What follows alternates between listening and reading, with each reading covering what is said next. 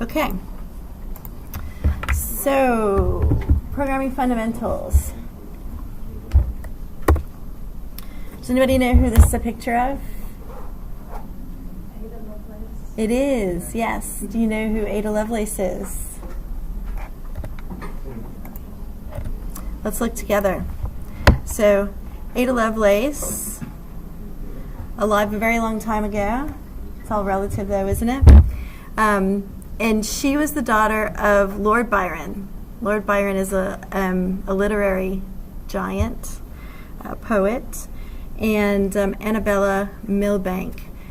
And her mother was a math whiz, which was a bit odd in that day and age, and insisted that Ada also be taught mathematics. And so Ada was also really into maths. And she met Charles Babbage at a party in 1833 when she was 17. And Babbage talked to her about this machine that would be used to perform mathematics. So like a computer, except it hadn't actually been built yet. It was just in theory. And she was really fascinated by it.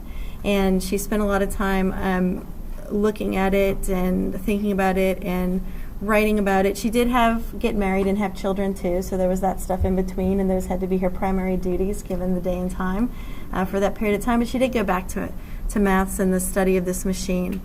But what was interesting about what she did was she thought about how this machine that Babbage had proposed could be used to do anything, not just mathematical computations. It could be used to do anything.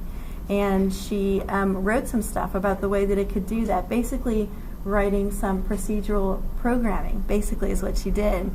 So there wasn't a computer and there wasn't any programming done at that time, but she really is considered one of the first people to even consider that as a possibility, procedural programming. So that's what she is famous for. So she's revered by programmers, some of them anyway. So that's who the picture's of. All right, so code is a written process. It's just a written process. So we tell the machine what we want it to do. And we write code to solve problems. And problems is a really general term. So it's not, problems is kind of a connotated word that means like, it has a negative connotation, like a problem is not good. But a problem is anything that we want to do, basically. Anything that we want to do that we haven't done or aren't sure how to do. So we write code to solve problems. And we write a sequence of instructions when we write code. That's all we're doing, is we're writing instructions. And a sequence of instructions becomes an algorithm. So a sequence of instructions that performs some task can be a really small task, like adding two numbers together, or finding the largest number in an array, or capitalizing the letters in a string. Any of those things could be an algorithm. Let me just exit Slack for the moment so it doesn't keep doing that. That'll be really annoying. Okay. And algorithms are combined to automate larger tasks. So we're going to get a flavor of this today. We'll walk through some examples of how we write a sequence of steps to form an algorithm, and then we combine algorithms to automate tasks and solve a problem. So a program is generally a collection of algorithms with some instructions in between to connect the algorithms together to do something, to solve some specific problem. But programming is not just writing code. We can't just have a problem and sit down at a computer and then just start writing a program to solve it. There are things we have to do. We have to analyze the problem. We have to make sure we understand the problem. This is really important.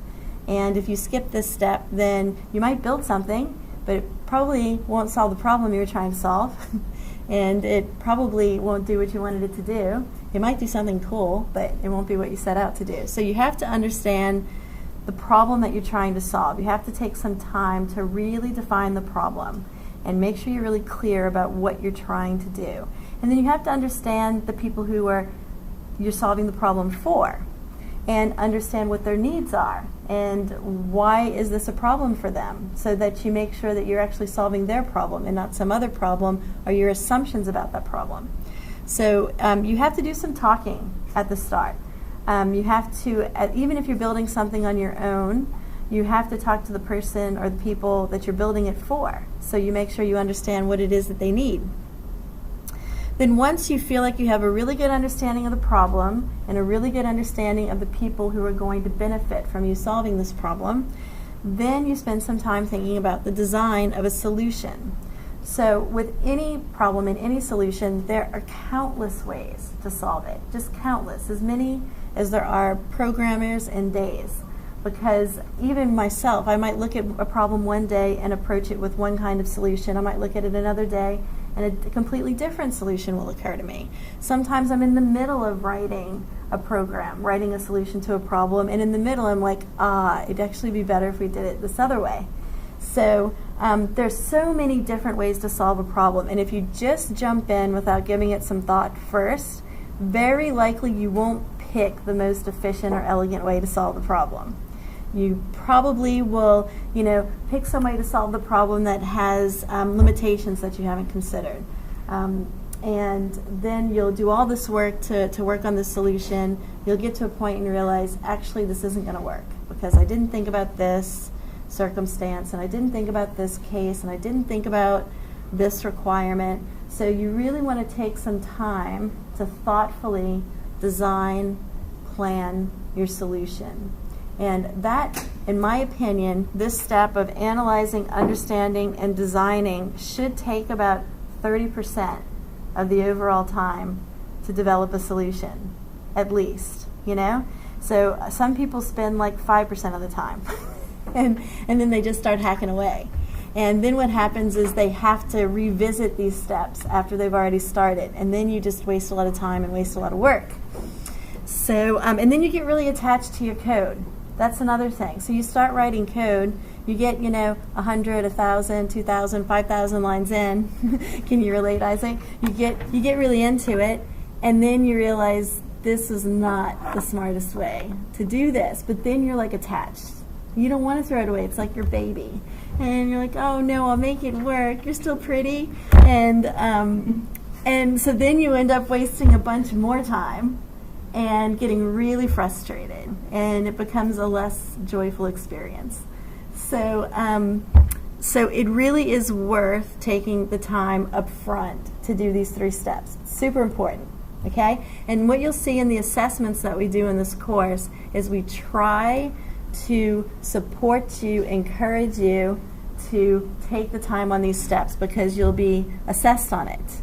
And it's a significant part of your grade, of your marks, that you've spent time doing this and documented that you've done so. All right? So we can tell if you haven't.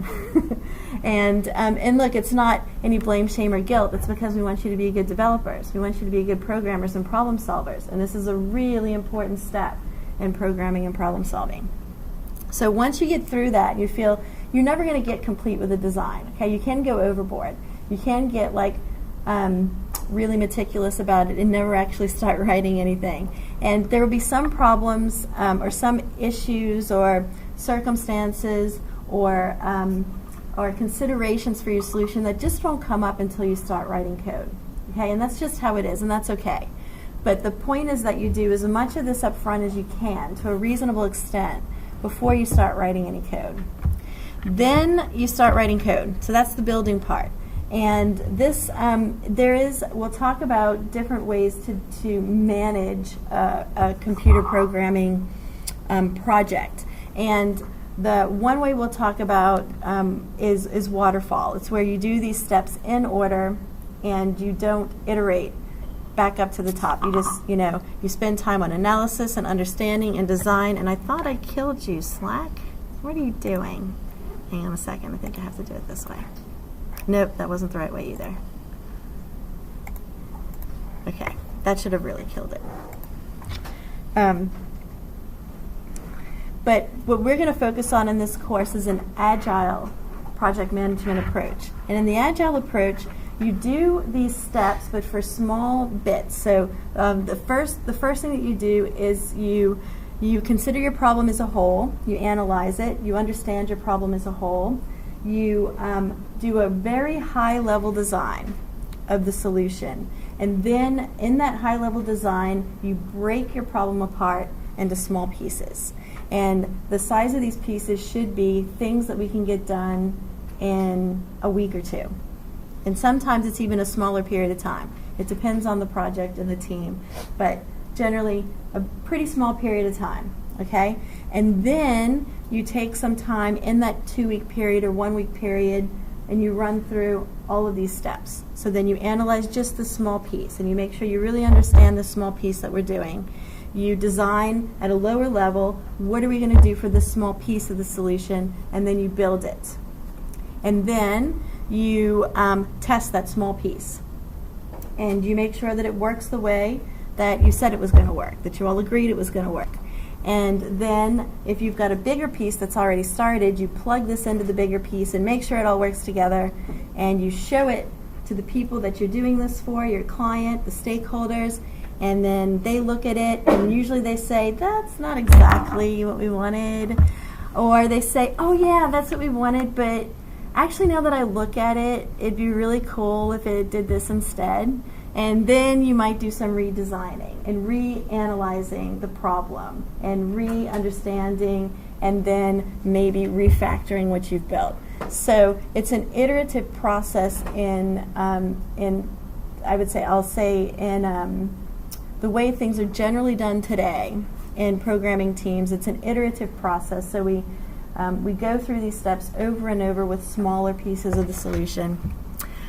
Testing is super important, and we'll also try to encourage and support you in being programmers that test your code. So I sort of had most of my career on a team, on teams that did not do a very good job of testing their code. So, and that doesn't end well. I can tell you now, it doesn't end well. So when I started my career, we had whole big teams of testers. And we had this idea that programming is my job as the developer, I'm the programmer, and testing is your job as the QA team. That's your problem, not my problem. And that just doesn't really work. It really doesn't. And companies and programmers and people in this space have come to learn through some very difficult lessons that is not the best model for developing software.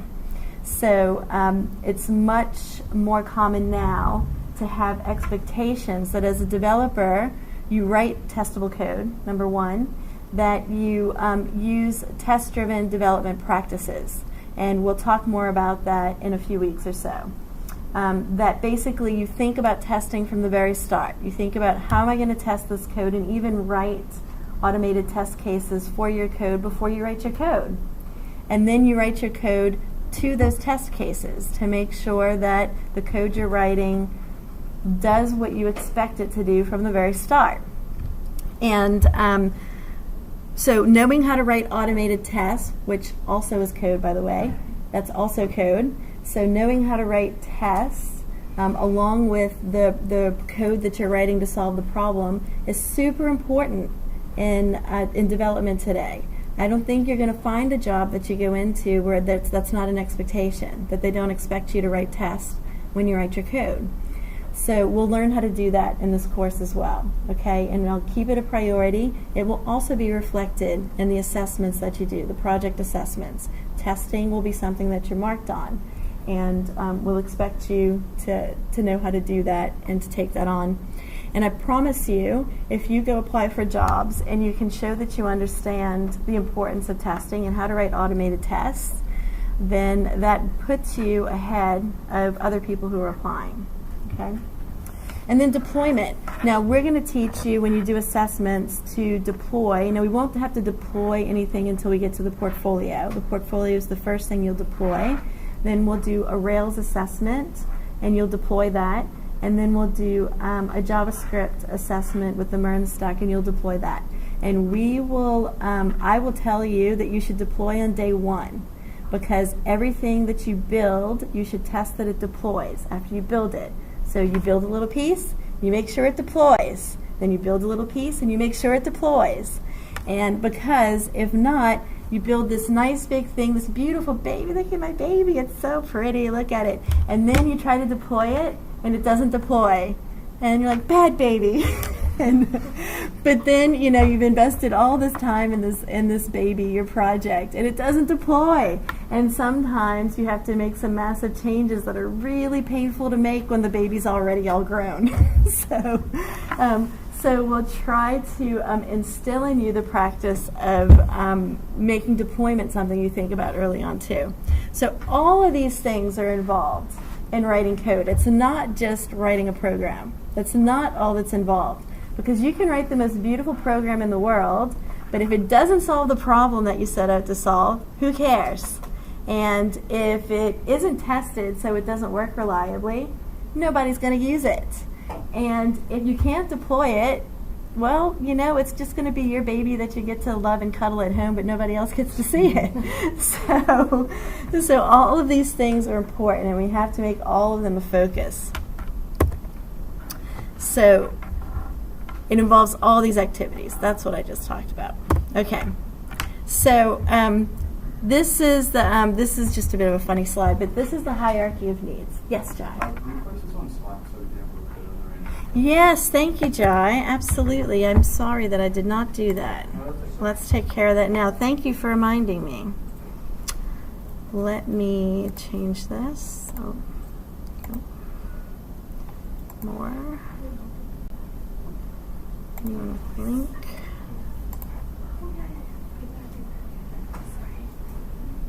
Can view link.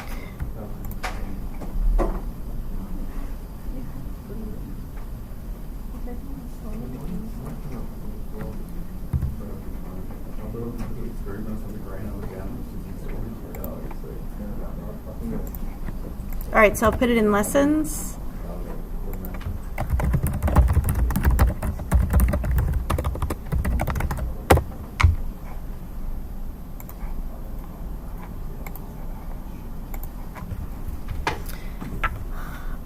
All right, so the hierarchy of needs. Are you guys familiar with the hierarchy of needs? Have you seen this before? So we have basic needs, our physiological needs, food, water, shelter. Our safety needs, safety and security. And then we have psychological needs, so having relationships with people and friends and feeling loved. Esteem needs, feeling appreciated, feeling sense of accomplishment. And then at the very top we have self-fulfillment needs, so self-actualization, realizing your full potential. And then in today's world, we have these on the bottom: battery life and Wi-Fi. These become the most important things. That's the world we live in today. Okay, so let's talk about what makes up quality software. And this is slightly, there's definitely room for argument in this, okay? But I'm going to talk through why I think the order that we have here is important. So, functionality is at the bottom of the pyramid, but I actually put usability up there at least at the same place as functionality. Because of course your software needs to function. If it doesn't function, then it's no good. But if your software isn't usable, it's also no good. So it can function, but if people can't use it or don't want to use it, then who cares how well it functions? Doesn't matter. If nobody's going to use it, it doesn't matter how well it functions. So we have to consider usability. And in that world of usability is accessibility. So we'll focus on that in this course too. After usability and functionality is reliability and robustness. So, if it works like some of the time, that's not really good enough. Even if it works most of the time, think about applications that you use that don't always work. You get really frustrated with those. Sometimes if we really like the application, like it's really usable otherwise and really functional otherwise, we might find workarounds. We're like, okay, it doesn't really work well this way, but we can kind of work around it, and then it's all right. We might be willing to do that, but it's important that you build software that is reliable, that works all the time. Every time somebody uses it, it works the same way. And robustness. So robustness is it works even when it's under load, even when, you know, there's a lot of users logged in, or when there's issues with the network, or under conditions of stress, basically, is what robustness is about. So those things are important. Next, what's important, so below number 3 or above number 3 at the top of the pyramid, we get into things that are important for actually being able to have this thing continue to live, this thing that you build. It needs to be maintainable. And what that means is when you release something out, some software out into the world, you're not done. You're never done, ever. So if you get users of your software, then those people just want to use it for as long as they want to use it. And if they find bugs in it, they expect you to fix them. And if they, you know, there's a competitor that is, you know, has some cool new features, then they expect you to have those cool new features too. So maintaining what you build is a really important part of building something. Think about how quickly we get over technology, you know, how quickly we want to move on to the next new, shiny, better thing. And so if you want to build software that has any life at all, that has any length of life at all, that, you know, lasts more than like a month or two, then you need to be ready to maintain it. You need to be ready to enhance it. When bugs are found by customers, and they will be, customers will find all the bugs, then you have to be willing to fix those, or your customers will get fed up and they'll be like, okay, I'm not going to use your product anymore because you're not supporting it. So now maintaining code is your success at being able to do that will depend on how your code is written. So if you write what I call spaghetti code, which is code that's not well organized, that doesn't follow conventions for naming, that is not testable, that is full of repeated stuff, that you know, you have to look at for 15 hours just to figure out what it does at a basic level, then that code is going to be impossible to maintain. So I've worked on projects where it was full of spaghetti code and nobody wanted to work on that stuff. A customer would report a problem, and we'd look at where the problem was in the code, and we'd be like, I'm not touching that. Not it. Not it. Not me. Somebody else is going to take this ticket, not me. And then trying to get somebody to review that code, somebody to be brave enough to like, okay, or they'd be told they had to by the team lead, no, you're going to work on this ticket. And they're like, okay. And then they work on this piece of code, and then they're like, okay, code reviews. And everybody's like, not it. Not it. I'm not going to take any ownership of this, any of this that I don't have to. So you don't want to be in that situation with your code. That's like super stressful, really stressful. And then it gets to be really hard to find people to work with you on that software. You know, so if you're like a team lead and you're managing this team and you've got this product and it's spaghetti code, good luck finding people who want to come in and work on it. People will come in, they'll look at the code base, and then a month later they'll be like, yeah, I'm out of here. I'm going to go get a job somewhere else. I don't want to work on this. So you don't want to build spaghetti code. You want to build nice, clean, well-organized code, and we're going to focus on that in this course too, okay? So just hacking out something to get it done is not the way to do things. You will always regret that. Yes, John? If you do it right the first time, then you'll save you time by not having to go back and redo it. Absolutely. And I'll tell you what, if you write a bunch of unmaintainable code, you'll end up trashing it, you know? So it's just going to be, everything's a learning experience, okay? So there's, you know, whatever. Learn from it. But it's much better if you just write nice, clean code to begin with. So we'll focus on writing nice, clean code in this course too. And if you do your assessments and give me spaghetti code, then I'll talk to you about that. We'll have a conversation, and I'll give you good feedback though. Okay, I will. I'll give you feedback, and I'll suggest that you redo it. Extensibility and portability. So this is related to can other people, other developers, easily extend your code? So can they provide enhancements for you? Why is this important? Because you'll get a lot more use of your software if you've got these nice extensions for it. So say, for example, I have some software like a social media platform, right?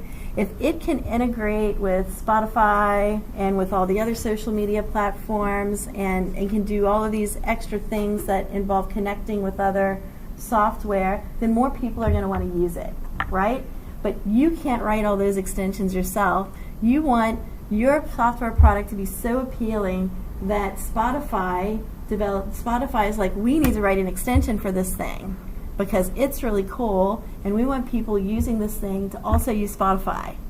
So you want other people to want to write extensions for your application. But if you haven't written your code in a way that it's possible to write extensions or easy to write extensions, then people won't. They'll look at it and they'll be like, nope, never mind. that's too hard. So that is important, but we have it at the top because the other things, of course, are more important, right? But it is nice to be able to think about extensibility. Portability is, does your software run on more than one platform? Does it only run on Mac? Does it only run on iOS? Does it also run on Android? Does it also run on Windows? So that's portability. Yeah, Lee. Just to keep as little dependencies as possible. That's right. So you want to be, as much as possible, you want to avoid dependency on the platform that you're running on, right? So that's an art in itself. And it's really nice to write things that are very portable because then, of course, you just open up your market, right? There are more people who can use what you build if it can run on more things because we all like different kinds of devices, right? So these are the things that you want to think about, focusing, though, first on usability, functionality, reliability, robustness, and maintainability, and then last, extensibility and portability. Does that make sense? And some people will argue over the order that I've got here. And in different situations, the order might be slightly different, right? In different circumstances, it might be slightly different. But in general, I think that this is a good guide for where you should be focused. Elegance and efficiency, I left one off. Elegance is nice. Elegance is really nice. So when you have code that's like really pretty, and when you look at the code, you're like, oh, look at that. It's so gorgeous. Your baby is the most beautiful baby I've ever seen. So it's nice and easy to read, and it makes sense. And the way the problem is solved is just so good. It's such a nice, clean, elegant solution. That's like bonus, and that's what we all aspire to do. And sometimes people will focus on elegance before they focus on usability and functionality. That's not good. Don't do that. Focus on usability and functionality first. But elegance is nice. And efficiency. So efficiency is how many resources does it use? How much memory does it use? How much disk space does it use? How much network I/O does it use? You could argue that those things are more, efficiency is more important than extensibility and portability, and I would agree with you probably on that. But again, it depends on the situation. So that's what efficiency is related to, though, is how much resource does your software use when it runs, which is also important. All right, so there are different kinds of programming. So procedural programming is one kind of programming, and all software has some procedural programming in it somewhere. But another kind of programming that's really popular is object-oriented programming, right? And so there are some differences between the two, and we'll explore those in this course. And we're going to start this course by focusing at first on procedural programming, and then in a week or so, we'll start to look at object-oriented programming. Okay, so procedural programming contains a series of steps or statements that are carried out or executed by the computer. Procedural programming contains functions, also known as procedures, routines, subroutines, or methods. All of those words refer to the same thing. In different languages, we call them different things. In Ruby, they're methods. In JavaScript, they're functions. But they're the same thing. So Functions are just groupings of statements that we typically want to execute more than once or from more than one location in our code. And so we group them together in a function, and then we can call that function from different places in our code, and it makes our code a bit more elegant and maintainable. So procedural programming has functions. Plug my computer in. Most languages, almost every language, I can't think of one that you couldn't write some kind of procedural programming in, but most languages can be written in a procedural way.